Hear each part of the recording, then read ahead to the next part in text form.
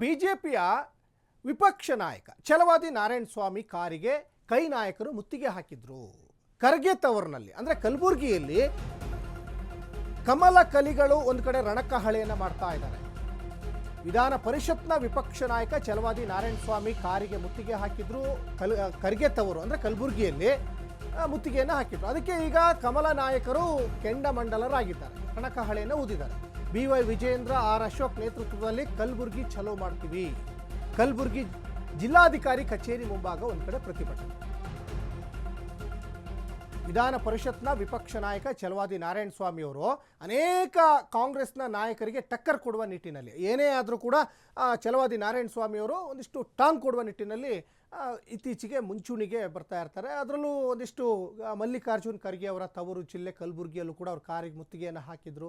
ಆ ಮುತ್ತಿಗೆ ಹಾಕುವ ಒಂದು ವಿಚಾರಕ್ಕೇನೆ ಈಗ BJP ನಾಯಕರುಗಳು, ಬಹಳ ಮುಖ್ಯವಾಗಿ BJP ರಾಜ್ಯಾಧ್ಯಕ್ಷ BY ವಿಜಯೇಂದ್ರ, R ಅಶೋಕ್ ಈಗ ಕೆಂಡಮಂಡಲರಾಗಿದ್ದಾರೆ.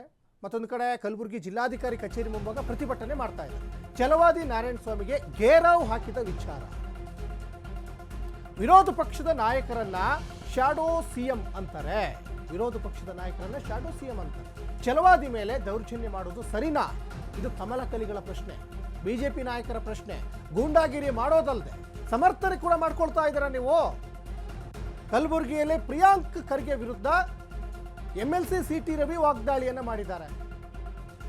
ಒಂದು ಕಡೆ ಘೇರಾವ್ ಹಾಕಿದ್ರು ಛಲವಾದಿ ನಾರಾಯಣಸ್ವಾಮಿಗೆ, ಅದನ್ನ BJP ನಾಯಕರು ಟೀಕೆ ಮಾಡ್ತಾ ಇದ್ದಾರೆ. ಬಹಳ ಮುಖ್ಯವಾಗಿ ಮಲ್ಲಿಕಾರ್ಜುನ್ ಖರ್ಗೆ ಅವರ ತವರು ಜಿಲ್ಲೆ ಅಂದರೆ ಅದು ಕಲಬುರಗಿ. ಅವರ ಮಗ ಪ್ರಿಯಾಂಕ್ ಖರ್ಗೆಗೂ ಕೂಡ ಟಾಂಗ್ ಕೊಟ್ಟಿದ್ದಾರೆ.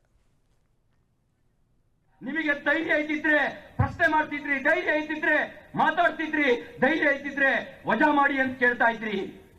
ನಾವು ಧೈರ್ಯ ಇರೋರು ನಾವು ಮಾತಾಡಿದ್ದೇವೆ.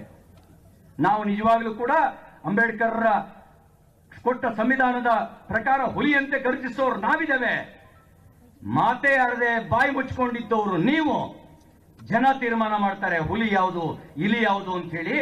ಇವತ್ತು ಛಲವಾದಿ ನಾರಾಯಣಸ್ವಾಮಿ ಅವರ ಜೊತೆಗೆ ಇಡೀ ಭಾರತೀಯ ಜನತಾ ಪಾರ್ಟಿ, ಇಡೀ ಕಲಬುರಗಿ ಜನತೆ ಇದ್ದೀವಿ ಅನ್ನುವ ಸಂದೇಶವನ್ನ ಕೊಡೋದಕ್ಕೆ ಹೋರಾಟಕ್ಕೆ ಬಂದಿದ್ದೇವೆ ಅಂತಕ್ಕಂಥ ಮಾತನ್ನು ಹೇಳಿ ಎಲ್ಲರಿಗೂ ಒಂದ್ಸರಿ ಮುಷ್ಟಿಕಟ್ಟು ಹೇಳಿ ಭಾರತ್ ಮಾತಾ ಕಿ.